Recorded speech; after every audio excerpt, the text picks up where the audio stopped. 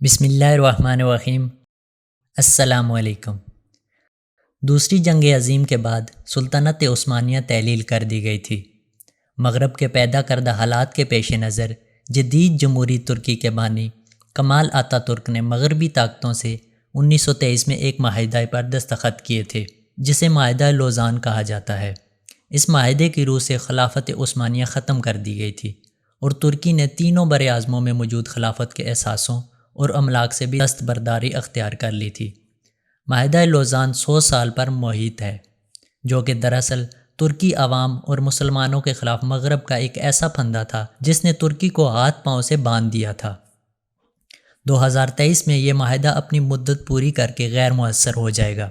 माहिदा Lausanne दरअसल है क्या और इसके तुर्की पर क्या असरात मुरतब हुए, और मगरबी ताकतें 2023 आने से कबल ही क्यों खौफजदा हैं। तुर्क सदर रजब तैयब अर्दगान अपनी तकारीर में 2023 का जिक्र करते हुए ये कहते क्यों नज़र आते हैं कि 2023 के बाद तुर्की पहले जैसा नहीं रहेगा।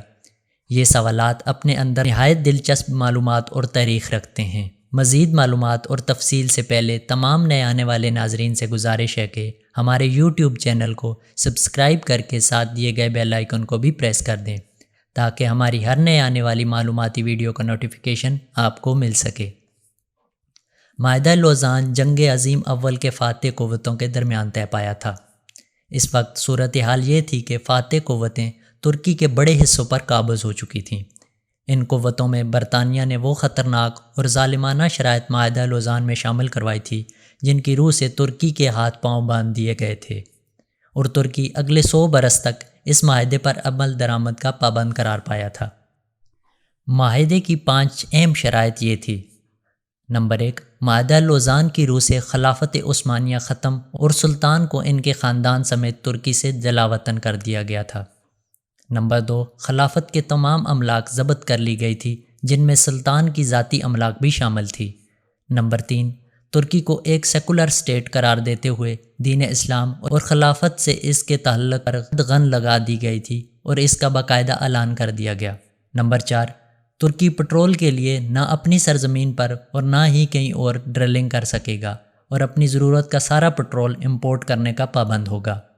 नंबर 5, बास्फोरस आलमी समुंदर शुमार होगा और तुर्की यहाँ से गुजरने वाले किसी बहरी जहाज़ से किसी किस्म का कोई टैक्स वसूल नहीं कर सकेगा। वाज़ेह रहे कि बास्फोरस की समुद्री खाड़ी बहर अस्वद, बहर मरवरा और बहर मुतवस्सत का लिंक है, और इसकी अहमियत का अंदाज़ा इस बात से लगाया जा सकता है कि ये आलमी तिजारत में रीढ़ की हड्डी की हैसियत रखने वाली नहर स्विज़ के हम पल्ला करार दी जाती है।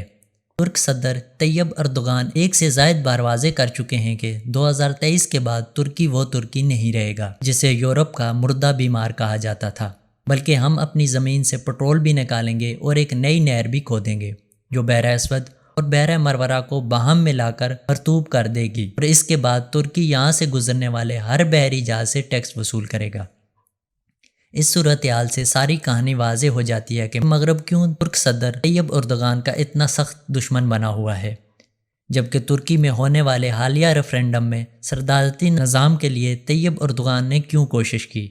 यकीनन तैयब अर्दगान तुर्की के लिए एक पावरफुल और मुतनज़्ज़म सदर चाहते हैं, क्योंकि वो जानते हैं कि 2023 में माहिदा लोज़ान गैर मुअस्सर हो जाने के बाद तुर्की में अमरीकी तर्ज पर सदारती इख्तियारात से लैस तुर्क फ़ौज के कमांडर इन चीफ और कौम का एतमाद रखने वाला सदर होना चाहिए, जो तुर्क कौम को इसका आबरूमंदाना मकाम दिला सके और उम्मत मुसलमान को फ़ाल और दीगर अक़वाम के मुकाबल लाने के लिए अपना किरदार अदा कर सके, जो आलमी ताकतों की आंखों में आंखें डालकर बात करने की हिम्मत और जुर्रत रखता हो।